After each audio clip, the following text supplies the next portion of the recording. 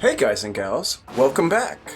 I hope you're having a good spring 2026, and I hope you're currently catching the species that you have been looking for.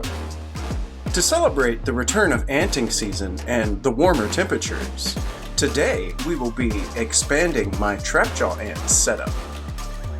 This is Queen Abigail's colony of Odontomachus clarus, otherwise known as desert trapjaw ants. And they have grown very well this winter.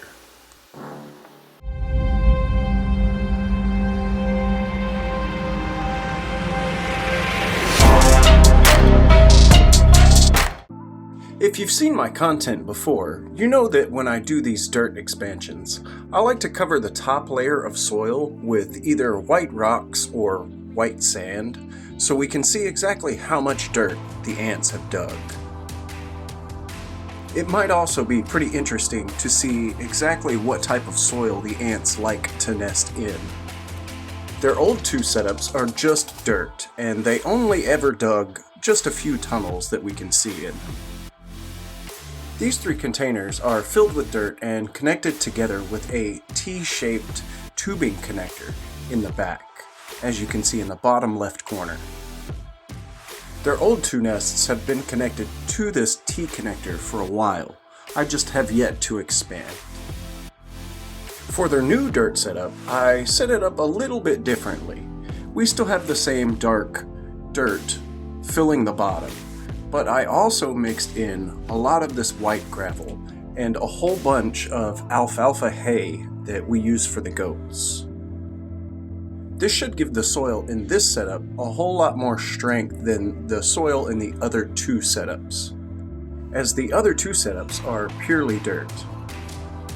As I've done before in my dirt expansions, I punched an L-shaped hole into the dirt, one side for the tubing and the other side for the ants to come out the top.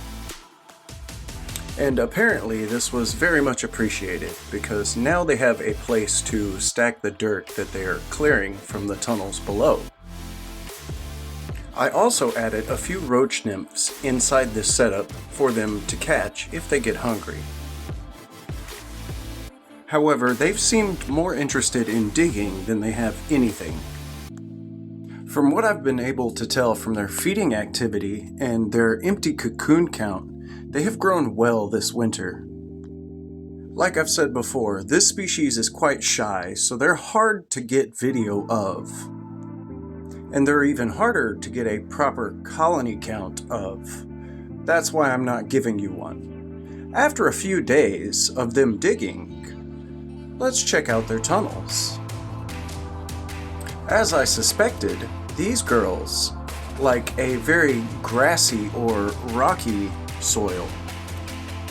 Their native home, San Antonio, Texas, is on the edge of the North American grassland, where it meets the desert, so these conditions would make sense. And it looks like they'd like to give me a good shot of their brood. This must also be the warmest corner of their nest. I'm thinking probably because all the white rocks. It's holding a little bit more heat than the rest of the nest. But yeah, very much wow, that's a lot of cocoons. I hope this colony continues to grow this well. And finally, a shot of the other side. They haven't done much over here. You can see a couple of small chambers, as you can in the other two nests, but not a whole lot of activity. But for these gals being such tiny creatures, they have moved a mountain of dirt. You can literally not see any of the white gravel anymore. I can barely get my camera in here anymore, and I can't even see our original entry hole. These gals either like the setup a whole lot, or they really hate me filming them. Maybe a little of both. And after all that work that they've done, I do believe that they've earned themselves a large meal. I don't see any more roach nymphs in this setup, so let's add a whole bunch more.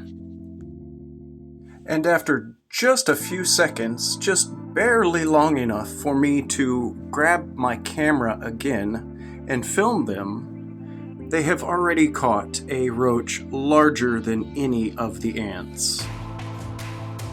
And like a proper wolf pack, they will now tear it apart and take it into their den. I hope you guys have enjoyed this short expansion video. Thank you all so much for watching, and please subscribe.